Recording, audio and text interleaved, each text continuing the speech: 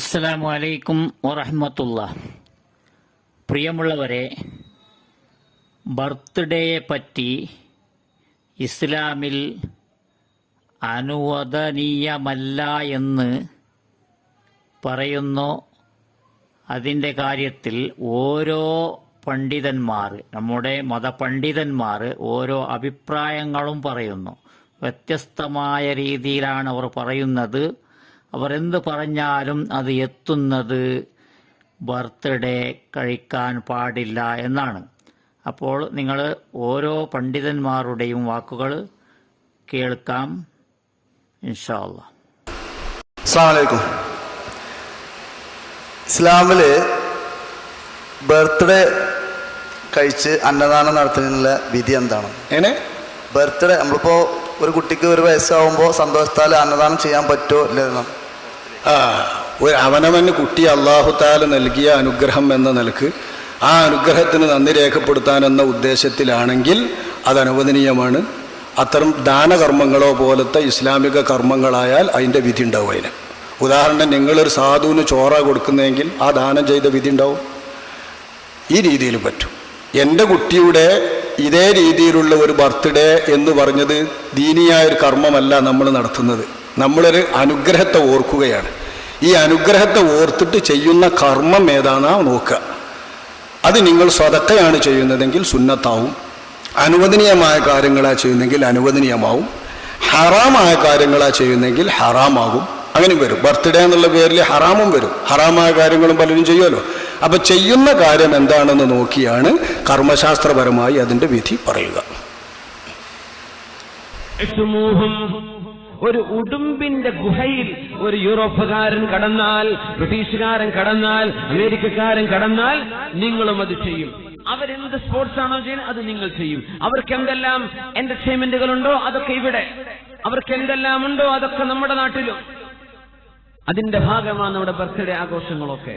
മക്കൾക്ക് ബർത്ത്ഡേ ആകുമ്പോഴേക്കും നമ്മൾ കേക്ക് മുറിക്കുന്നു. കേക്ക് മുറിക്കുക നമ്മുടെ ആചാരാണോ? അത് ആരാ കൊണ്ടുവന്നത്? ക്രിസ്ത്യാനികളും ജൂതന്മാരുമാ. നമ്മളെമ്പാടും ചെയ്യുന്നില്ലേ? എന്താ പാർട്ടിയൊക്കെ? നിങ്ങളത് ചെയ്യും. മൻ തശബ്ബഹ ബിഖൗമിൻ ഫഹുവ മിൻഹും. ഏതെങ്കിലും ഒരു സമൂഹത്തിന്റെ ആചാരം നിങ്ങൾ ഏറ്റെടുത്താൽ നിങ്ങൾ അവരിൽപ്പെട്ടവരാണ്, മുസ്ലിമല്ല. പിറകിൽ ഓടിക്കൊണ്ടിരിക്കുകയാണ് ഇന്ന് മുസ്ലിം ഉമ്മത്തിലെ മെമ്പർമാർ. ഇതൊക്കെ പുരോഗതിയുടെ ഭാഗമായിട്ടാണ് പലരും കാണുന്നത്. ഇതിൻ്റെയൊന്നും അടിസ്ഥാനം പല ആളുകളും അന്വേഷിക്കാറില്ല, ചിന്തിക്കാറില്ല. ഇവിടെ ഏറെ ദുഃഖകരമായൊരു സംഗതി, ഇതിനൊക്കെ ഫത്വ കൊടുക്കുന്ന ചില മുഫ്തിമാരുണ്ട് എന്നതാണ്. അവർ പറയുന്നത് ബർത്ത്ഡേ ആഘോഷിക്കുന്നതിനൊന്നും യാതൊരു കുഴപ്പവുമില്ല. അവർക്കുള്ള ഏക തർക്കം എന്താണ്? ബർത്ത്ഡേ ആഘോഷിക്കേണ്ടത് കേക്ക് മുറിച്ചുകൊണ്ടാണോ അതോ മൗലിദ് പാരായണം ചെയ്തുകൊണ്ടാണോ എന്ന തർക്കം മാത്രമേ അവർക്കുള്ളൂ. ആ രൂപത്തിലുള്ള ഒരു ശബ്ദം നിങ്ങളൊന്ന് കേട്ടു നോക്കൂ. അപ്പം ആയതുകൊണ്ട് തന്നെ ബർത്ത്ഡേ എന്ന് പറഞ്ഞ സംഗതി നിങ്ങൾ ആഘോഷിക്കുന്നതിന് നമ്മൾ ആരോഗ്യം പറയുന്നില്ല. നിങ്ങൾ ആഘോഷിച്ചോളി, ബർത്ത്ഡേ ആഘോഷിക്കണ്ടായൊന്നൊന്നുമില്ല. കുട്ടികളുടെ ബർത്ത്ഡേ പറയുന്നത് എങ്ങനെ ആഘോഷിക്കണം അവിടെയാണ് പ്രശ്നം. മൗലിദ് നടത്തിയിട്ടോ അല്ലെങ്കിൽ അന്നദാനം നടത്തിയിട്ടോ സ്വതക്ക ചെയ്തിട്ടോ അങ്ങനെയൊക്കെ ചെയ്തോളി. അതിനൊന്നും ഇപ്പോൾ ആരും എതിർപ്പ് പറയില്ല. കണ്ടോ, അതിനൊന്നും യാതൊരു എതിർപ്പില്ല. ആരും എതിർപ്പ് പറയില്ല. ഇവർക്ക് കാര്യലാഭം കിട്ടുന്ന നിലക്ക് ബർത്ത്ഡേ ആഘോഷിക്കുകയാണെങ്കിൽ അതിനും അനുവാദമാണ്. സുന്യാളും തുടങ്ങിയിരിക്കണ ഈ പരിപാടി. ബർത്ത്ഡേ ജനിച്ചത് ഇജ്ജ് മാത്രം എനിക്ക് കുട്ടി ഉണ്ടായിട്ടുള്ളൂ, വേറെ ഇജ്ജ് കുട്ടിയല്ല. എന്റെ വാപ്പാക്ക് ഇജ്ജ് കുട്ടിയല്ല, അനക്ക് മാത്രം കുട്ടി ഉണ്ടായിട്ടുള്ളൂ. എന്തോ സാധനം അറിയും കുട്ടി. ഈ കുട്ടി ഇപ്പം ലൗഹുൽ മഹ്ഫൂദിൽ നിന്ന് ഇറങ്ങിയതാ. എന്നിട്ട് ഇത് ജനിച്ച ഡേറ്റ് ഇങ്ങനെ കാത്തിക്ക, കേക്ക് മുറിക്കാനും മൗലിദ് നടത്താനും. ചെങ്ങായി എനിക്ക് വേറെ വല്ല പണി നോക്കിക്കൂടെ? അള്ളാഹുവിന്റെ റസൂൽ ഇങ്ങനെയൊന്നും പഠിപ്പിച്ചിട്ടില്ല. മാത്രമല്ല ലക്ഷക്കണക്കിന് അയിമത്തി ഇവിടെ ജനിച്ചു വഫാത്തായി പോയി. അവരാരും അവരെ ജന്മദിനം കൊണ്ടാടിയിട്ടില്ല.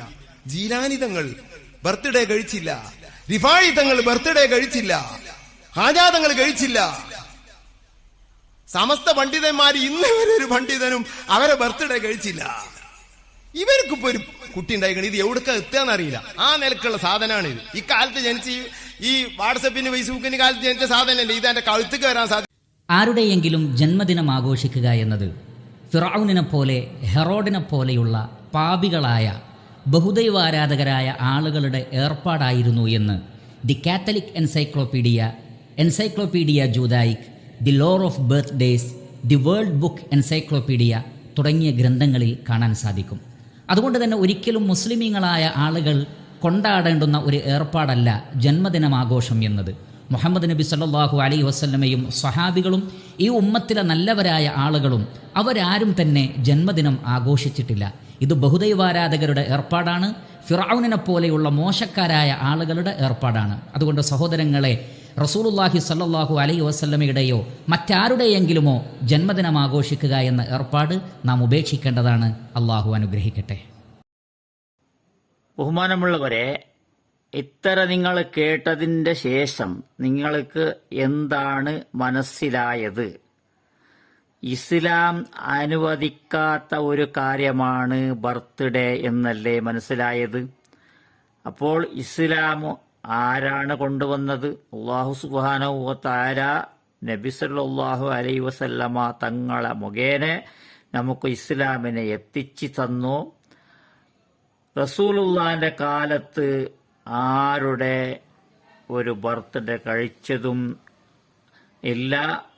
നബി സല്ലല്ലാഹു അലൈഹി വസല്ലമ തങ്ങളുടെ ബർത്ത്ഡേ അവിടുത്തെ സഹാബാക്കളോ അവിടുത്തെ ഭാര്യമാരോ അതല്ലെങ്കിൽ അതിൻ്റെ ശേഷവും ആരും കഴിച്ചതായി കാണാനില്ല. ഇത് പുതിയ ഒരു പരിപാടിയാണ്. അപ്പോഴും ഇസ്ലാമിൽ അനുവദനീയമല്ലാത്ത കാര്യം അല്ലാഹു തആല ഇഷ്ടപ്പെടാൻ സാധ്യതയുണ്ടോ എന്നാണ് നമ്മുടെ ഒരു ചോദ്യം.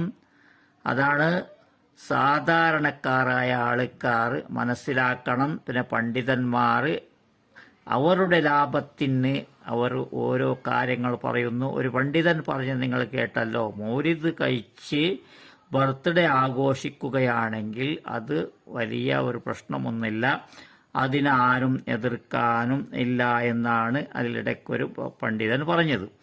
അപ്പോൾ അവർക്ക് ലാഭമുള്ള കാര്യമാണെങ്കിൽ ബർത്ത്ഡേ കഴിക്കാം എന്നാണ് അവർ പറയുന്നത്. ഏതായാലും പണ്ഡിതന്മാരുടെ വിഷയം ഇരിക്കട്ടെ, അവരുടെ ലാഭത്തിന് വേണ്ടി നെയ്ച്ചോറ് വെക്കാനും ബിരിയാണി വെക്കാനും അതുപോലെ അവരെ മൗലിദിന് കൂട്ടിക്കൊണ്ടു പോകാനും വീട്ടിൽ ഓതാനും ഇതുപോലെയാണ് ഒരുപാട് വർഷങ്ങളിൽ നിന്ന് ഇത് അവർ കഴിച്ചു വരാറുള്ളത്. അവരുടെ ലാഭങ്ങൾക്ക് വേണ്ടി അവർ ചെയ്ത കാര്യമാണ് എന്ന് നല്ലപോലെ മനസ്സിലാകുന്നു. നബി സല്ലല്ലാഹു അലൈഹി വസല്ലമ തങ്ങളുടെ ബർത്ത്ഡേ എന്ന് പറയുന്നത് നബി സല്ലല്ലാഹു അലൈഹി വസല്ലമ തങ്ങൾക്ക് നമ്മൾ പറയുന്ന സ്വലാത്താണ്. ആ സ്വലാത്ത് പറയുമ്പോൾ അല്ലാഹു സുബ്ഹാനഹു വ തആല നമുക്ക് സലാത്ത് പറയും എന്നാണ് നമ്മൾ പഠിച്ചത്. അപ്പോൾ നബി സല്ലല്ലാഹു അലൈഹി വസല്ലമ തങ്ങൾ ഇഷ്ടപ്പെടുന്ന കാര്യങ്ങൾ അത് വർഷത്തിൽ ഒരു ദിവസമല്ല, എല്ലാ ദിവസങ്ങളും നമ്മൾ ഇവിടെ ജീവിക്കുന്ന നമ്മുടെ ആയുസ് എത്രയാണോ അതിലുള്ള എല്ലാ ദിവസങ്ങളും നമ്മൾ എല്ലാ ക്ഷണത്തിലും നമ്മൾ സലാത്ത് പറയേണ്ടതാണ്. അത് തന്നെയാണ് ബർത്ത്ഡേ.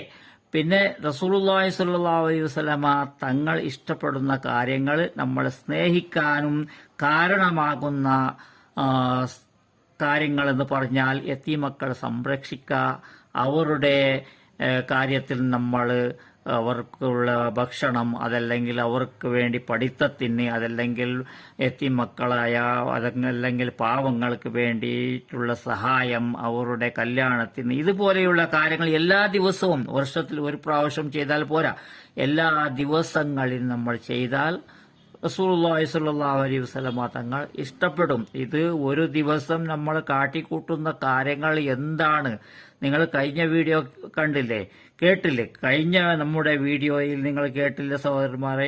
ഒമ്പിച്ച അവിടുത്തെ മർക്കസ് നോളജ് സിറ്റിയിൽ കഴിച്ചു വന്നതായിരിക്കുന്ന ആ ഒരു പരിപാടിയിൽ, മീലാദ് പരിപാടിയാണ്, സെലിബ്രേഷൻ എന്ന് ഇട്ടിട്ടാണ് തുടങ്ങിയത്.